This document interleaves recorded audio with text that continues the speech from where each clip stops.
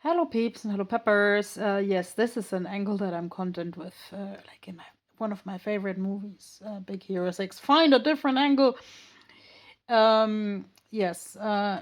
Welcome to Thursday Thoughts. Hello, stranger.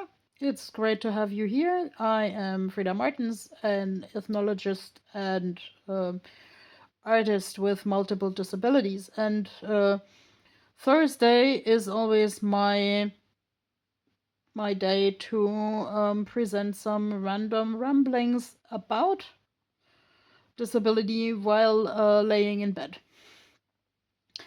I think I am spending like 50% of my time in the horizontal because I'm a spoonie. If you have never heard of the spoon theory, it's when like a chronically ill person with a largely invisible condition went to a coffee shop with her friend. Um, she found this tray with 12 spoons and found that like a welcome chance to explain to the friend, I only have 12 spoons of energy per day, and so and so many of those already go away for getting dressed or going to the toilet or like really simple things. So um, there were times in my life where I had a bracelet with 12 beads that were somewhat shiny, so I called myself a pearly rocker. And I even bought stitch markers like the knitters have, like to attach the stitch marker to show to myself and others how many energy beads I already used for the day. But then it actually turned out that attaching and moving the stitch marker was wasting much more energy than it would actually help me save. So I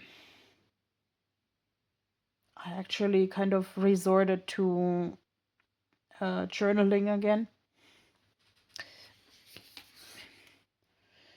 For instance, this is a day plan, but like this is the sea monster kind of saying day plan my ass, because I had again like so many plans and so many that were actually realistic to do.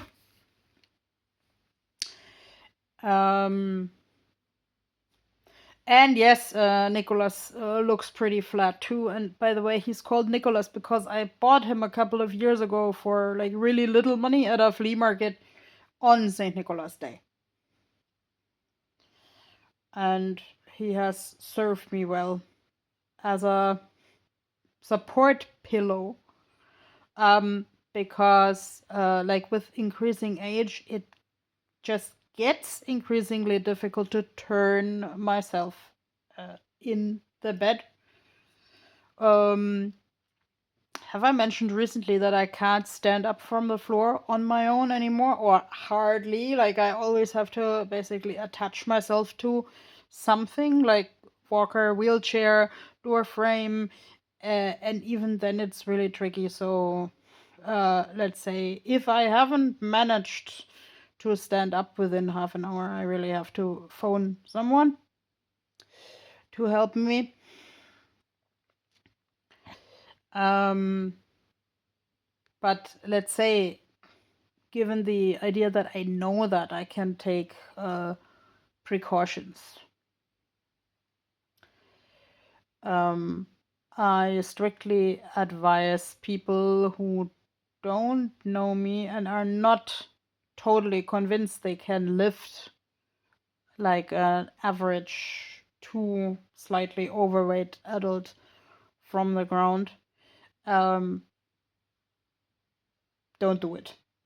Let's say if you have some kind of training, please do it, because let's say when I always was a little bit chubby, and when I had a hip surgery as a teen, which is like actually common for people with cerebral palsy because the like tendons and muscles and everything, they grow at different speeds, if I understand that right, so they can pull their sockets out of position. Um, and that mostly affects the hips and feet. So I've heard from many people. So when I had this, like, let's say, growth spur before I was 16, and then my hip detached, and you had to screw it back into place with methods that I think are sort of outdated today. I'm 43 or 44 years old. I kind of stopped counting. Anyway, when that happened, my parents had to learn like specific grips to lift me up in order to get me like to the loo or something. And physiotherapists can technically teach that. But yeah, as said, I discourage random people to try to lift up people from the street.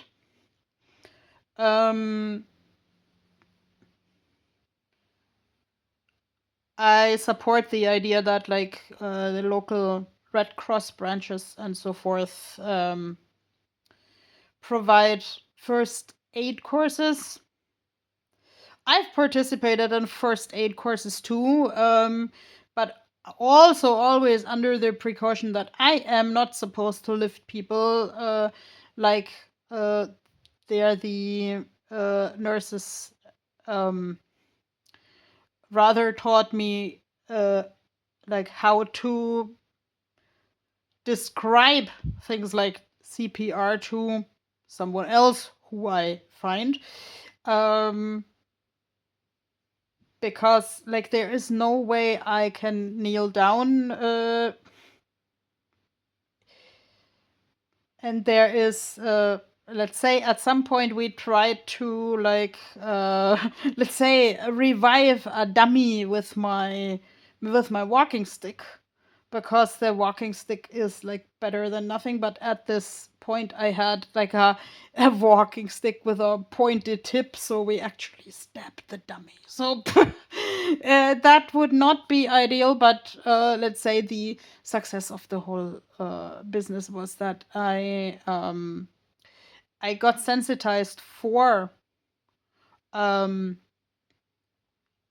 finding help, like for people who know me, they would probably also know that I am into tarot, and that that connects to the searching for help now, in so much that you when your brain is sort of primed to see things that fit into a particular pattern, then you see more things. So let's say when I found a person in a train station who let's say it didn't respond when I tapped them a little bit with my walking stick. So I thought this person was unconscious. Like, I found a policewoman after some searching, and like she helped the person. So yes, I think it's important to be sensitized to that, and just let's say do what you can. And of course, most people in today's time have cell phones. So, like, to me, it's important to always have my cell phone charged at least 30%, so I can alert people in case of emergencies. And actually, like, even in my house that is disability adapted, and there are sometimes nurses running around. Uh, a nurse told me that I should actually never leave the house without my phone. And many people who I know have these leather or plastic straps around the neck with the phone attached to this strap. Um, what more can I say? Um,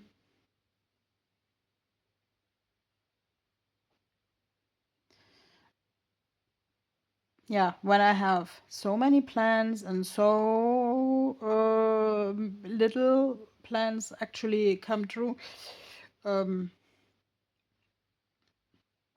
it is very difficult to come to terms with that. And I think I've mentioned numerous times on this channel that I'm into pen paling, like actually writing letters, because the letters are yeah, physical paper. I like the noise of paper. I like seeing handwritings. I like seeing decorations. I collect washi tape. In the beginning I didn't even know what that was, and now I have like literally a small suitcase full of this stuff. That just came to me over the years. And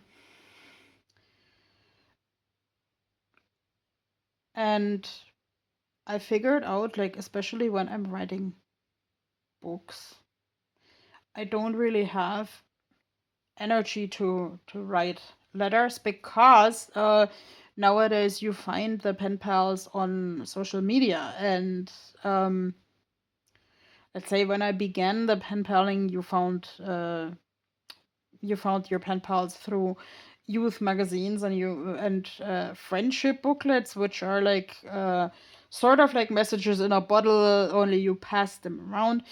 Where you didn't have too much info about the people and so on, but like on social media, that turns into a lot of like both fun events and bickering and passive aggressive remarks, and so actually this can be very draining. And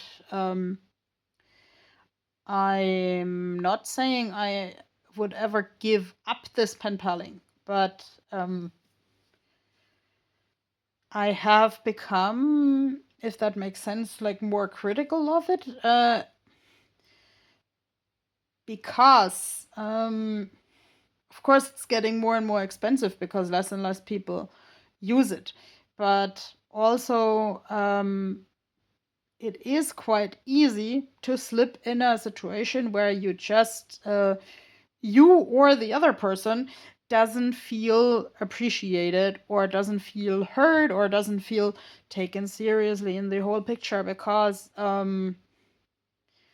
it is still a difference to meeting someone in person. So 99% of the people I write letters with have never physically seen, for instance, my apartment, have never seen how I organize my day, or don't, and have, God forbid, not seen me laying in bed and crying and breaking down, and